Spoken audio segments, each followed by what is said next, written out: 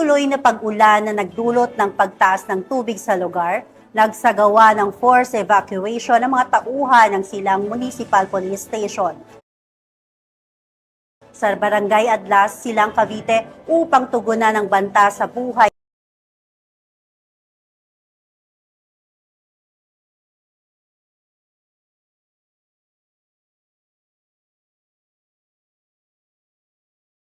ng mamamayan. Ang kabuuan ng report, mamamayan.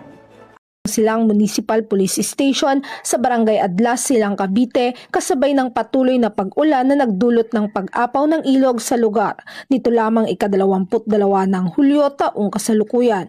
Ang operasyon ay sinagawa sa pakikipagtulungan ng mga kinatawan mula sa lokal na pamahalaan ng Silang Barangay Adlas, Bureau of Fire Protection at Municipal Disaster Risk Reduction and Management Office.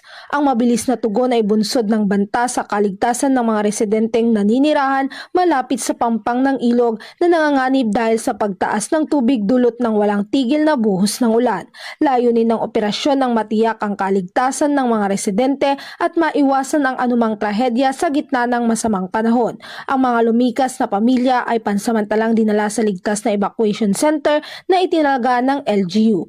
Nagpaabot naman ng paalala ang mga kinauukulan sa publiko na maging alerto at makinig sa mga abiso mula sa otoridad lalo na ngayong panahon ng tag-ulan. Mula dito sa Calabarzon, ako ang inyong Police News Network correspondent, Patrol Woman Pisel Mayti Urbano, alagad ng batas